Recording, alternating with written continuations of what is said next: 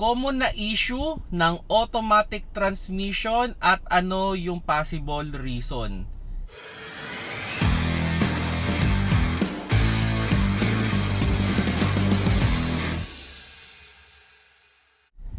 Hello mga paps, I'm Kuya Shane at may na-receive tayong question sa aking kaibigan. At yun nga daw, gusto niya daw kumuha ng automatic transmission na kotse. At ang concern niya is ano daw ba yung mga common na sira ng automatic transmission at ano daw yung mga reason kung bakit nasisira. Okay, para sa akin wala akong maisip na common na sira ng automatic transmission as long na proper use at proper maintenance. So ano ba yung proper maintenance? Commonly sa mga automatic transmission, 40,000 kilometers or every 2 years dapat tayo ay nagpapalit ng transmission oil at sinasabay natin lagi ang filter. So yan lang yung maintenance niyan. Okay?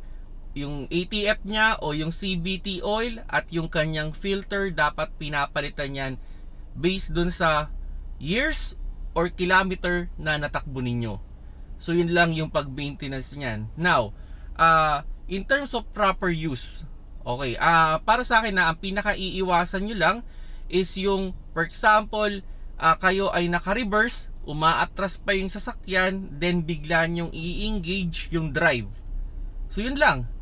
At kumbaga, as much as possible, kung sa tingin niyo matarik yung kalsada, huwag nyong papwersahin sa drive.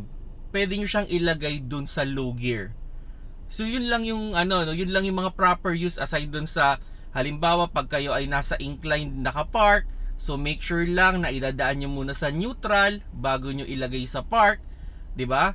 At kumbaga pag sakali man sa pababa, okay? Ganun din. Kumbaga idadaan nyo sa neutral bago nyo ilagay sa park para hindi masira yung kanyang parking pole. So yun lang, halos wala akong maisip na problema ng isang automatic transmission. Halos yun lang talaga. Proper maintenance and proper use, for sure na magtatagal ang inyong transmission. Pwede kong sabihin na aabot na masisira na yung makina mo bago pa masira yung iyong transmission. So ganyan katagal o ganyan nakatibay yung mga transmission ngayon. Kaya nothing to worry. Proper use lang ang dapat ninyong gawin at proper maintenance.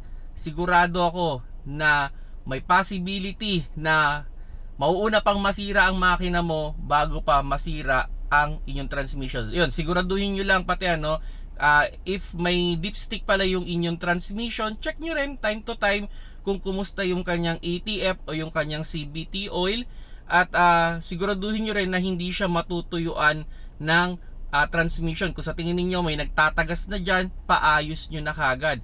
Then commonly pala ang mga automatic transmission ay nakakonect din sa ating radiator. So siguraduhin niyo na maganda yung cooling system ninyo, gumamit ng coolant para sigurado na maayos na umaandar ang inyong transmission. Kung nagustuhan niyo yung video, paki-like na lang mga paps.